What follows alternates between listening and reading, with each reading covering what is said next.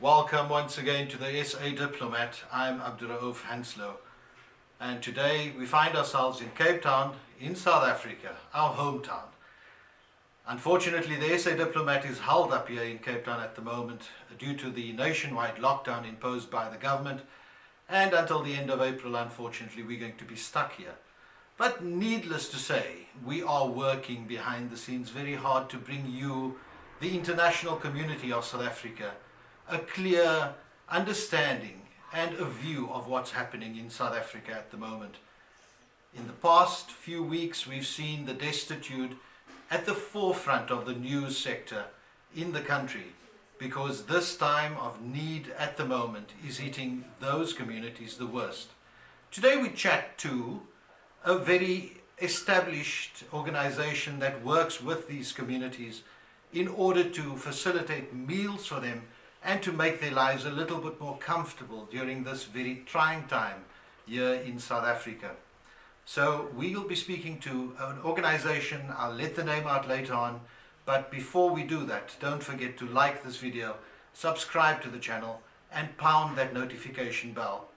So we'll get into the video shortly, and we'll chat to you and give you a view of exactly what organizations are doing to sustain the needy and disimpoverished in the Western Cape and in Cape Town.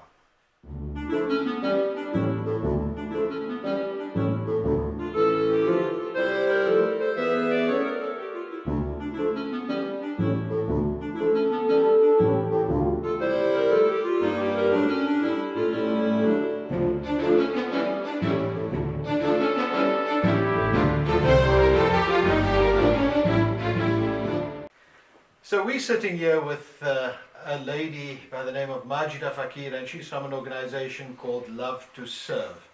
Love to Serve is a non-profit company. Yes, that's And it's been registered in South Africa.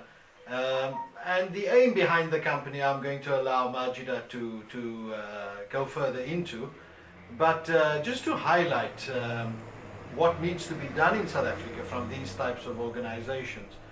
The SA Diplomat has been stuck in South Africa for a while due to the national lockdown, and we've seen the state of the disimpoverished and the state of the destitute here in South Africa. And organizations such as Love to Serve and many others are at the forefront at the moment in fighting the scourge of poverty and eradicating the stigma around the disimpoverished. Majida, welcome to the SA Diplomat, this time in South Africa.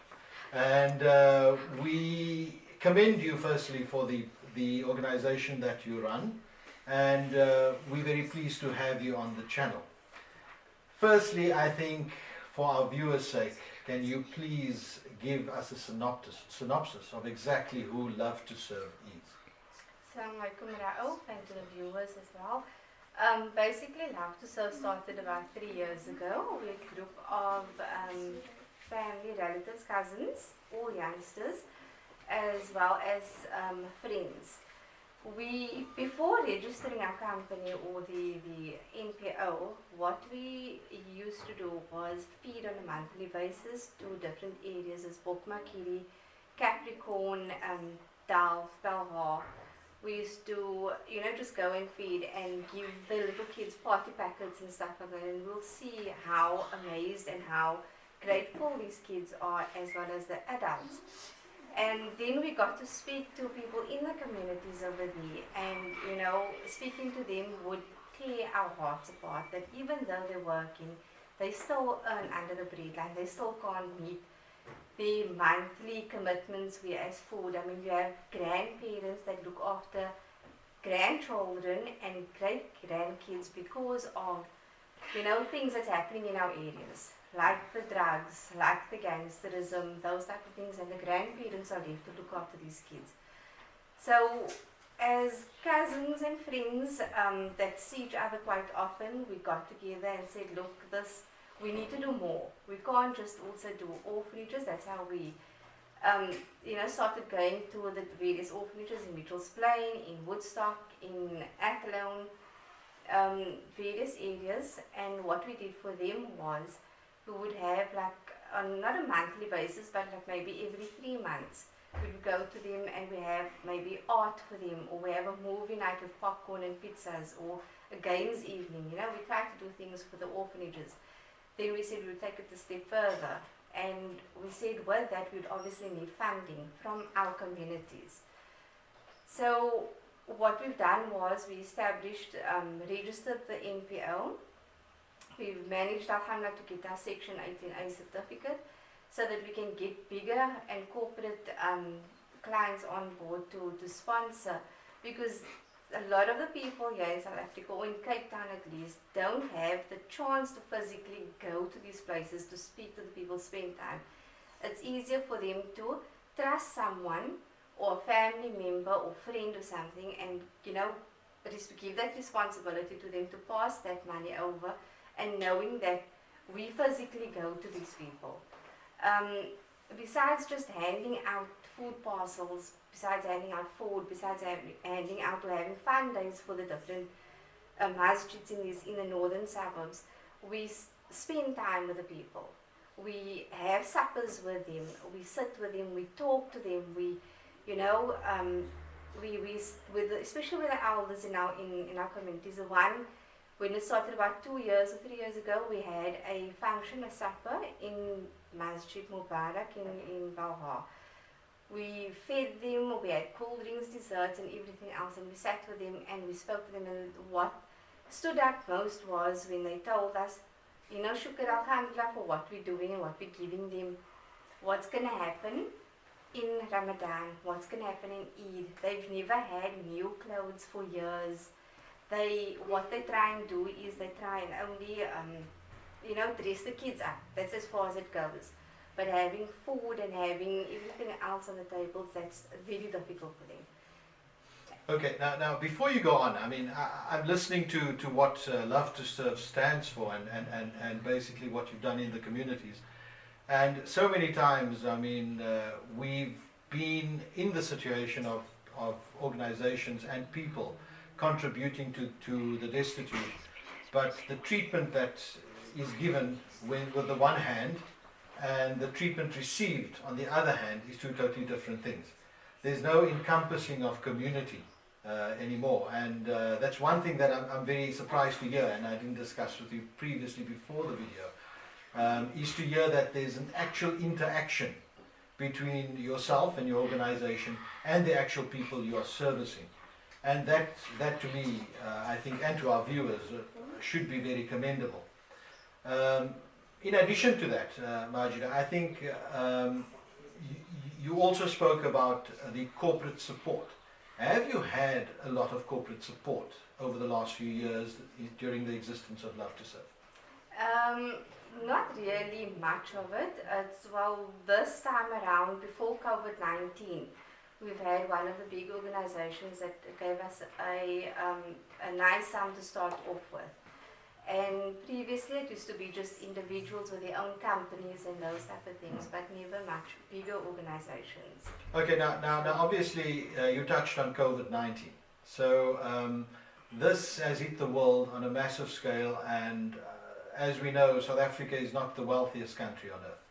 And the unemployment rate in South Africa is very high, and therefore that's a breeding ground for disimpoverishment, as well as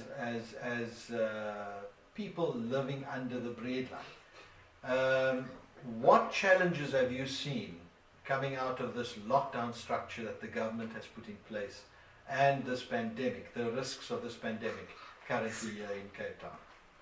Look, before lockdown started, a couple of days, we had like maybe 4 or 5 days, that's exactly what we thought about, on how, it's before payday, it's before month end, everything is going to go crazy. We on this side on the southern side of the suburbs, let's just say that, we go into the shops, we stockpiling, we doing those things. And then it hit us, we running around and we scared. What happens to the person that hasn't even received their paycheck yet? We tried to do as much as what we could do for our employees, pay them early so that they can go and get a few things. But it's just a few things that they can get. So what we've decided, I think it was on Thursday when lockdown started, that we called up the sheikhs and the imams because we work closely with them to, get the parcels quickly. We managed to get about, I think, 250 parcels out on that Thursday. And the imams went directly to go and drop off before 12 o'clock the night, before lockdown started, to drop off at the recipients' homes.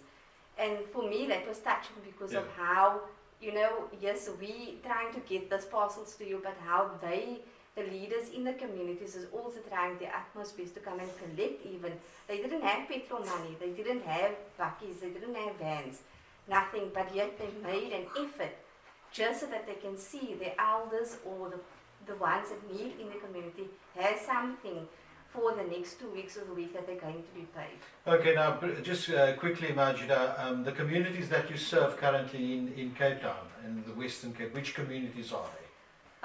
We try and see to there's Balhar, there's masjids in Dal, Kailicha, Langa, Hanover Park, as well as in the surrounding areas. There's people that's living under the bridge over here. There's people that knock on the door. And Capricorn is the other place that we try and give as well.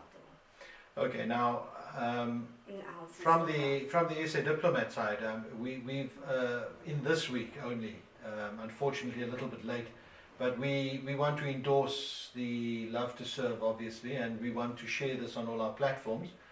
The SA Diplomat has approximately 5 million followers across the world, and we're hoping to be able to reach out to all those organizations with this message of hope for our destitute and disimpoverished. Is there a message you want to give to future contributors, future donors to your organization? Yes, all I would like to say or ask is that, we do understand that Allah gives, or God gives, the rizq to the people. And the person, the recipient, his name is already given or put out already. We are merely just going to be the tools that will deliver your donation to these people. So all I ask is for the people to assist us in order to assist them, and the more people get, the better it will be for us. And in Cape Town alone, people are extremely generous, and we've seen it time and time again. We start off with maybe 100 rand in our account, and we have a week left. And by Allah's grace and mercy, we managed to get 300, 500, 400 or 250 packs out to these families. And it's not just 1 or 2 items, it's, groceries that will last for at least a month. And for COVID-19 and for Ramadan, we'd like the families to at least start off Ramadan with having, something in their homes. Because lots of the times they have absolutely nothing. And this specifically is for the Ramadan drive as well, at this present time. Although your organization feeds people throughout the year, there is a specific time now during Ramadan, obviously, that this is going to be a very tough Ramadan for the communities because of the lockdown and because of lack of income. That's correct, yeah. So I should imagine that that's your focus at this stage. Yes, so we do accept zakah, we accept lila, we accept sadaqah.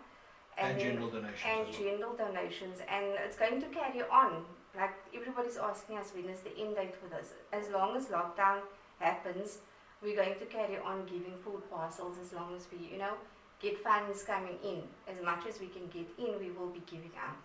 Contact details, Majida? Is there a telephone number that people can call? Yes, it will be my cell number. It's 082-8278-670. There is another person as well. I don't know the cell number offhand, but I can pass the details. We will have the details on the screen for our viewers, and we will also list the banking details for Love to Serve as well on the screen. Thank you for your time, Majida. I think, normally we have guests thanking us for interviewing, for allowing us to interview them. We need to thank you because the service that you're offering the community of Cape Town, I think, is a commendable service.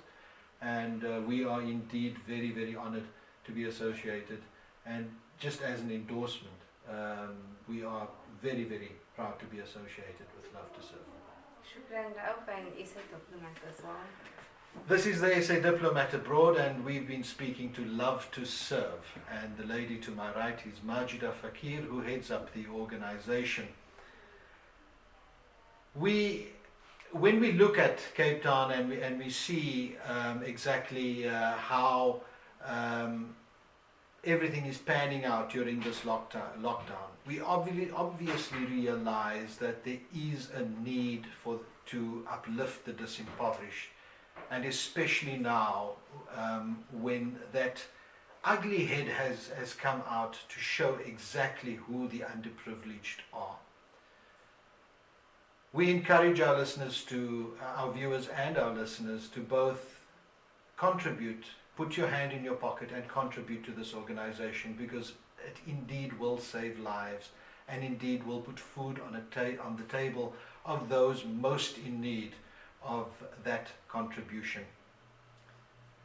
This is the SA Diplomat, the voice of South Africans abroad, and for those of us who have our feet firmly planted in South Africa, this is a view of what happens in our world as South Africans. Until next time, we bid you farewell. Thank you.